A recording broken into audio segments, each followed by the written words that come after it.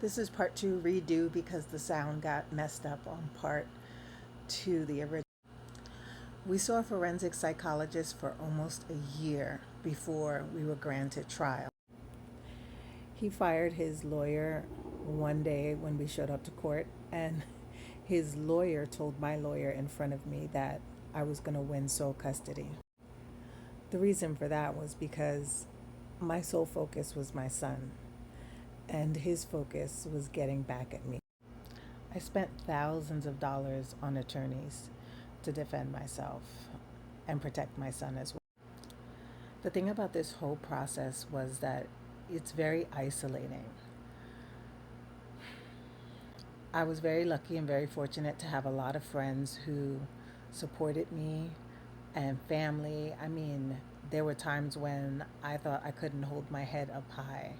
I also knew that my ancestors were there to support me as well because every time we went to court, he failed. And there were a lot of little things that came up before the course of this that I'm not even going to get into. During this time, I was also trying to have a child. So I was going through the IVF process, and I had 3 rounds of IVF and I was unsuccessful. And I know now that my body was like, we are fighting. We cannot support any pregnancy. I had been subletting my aunt's apartment for 9 years. He told management that I was in the apartment illegally. They started proceedings to get us out of the apartment. We lost our home of 9 years because of him. He thought that if he destabilized us, that he would have a better chance of winning custody. This man was a terrorist in my life. I won sole custody.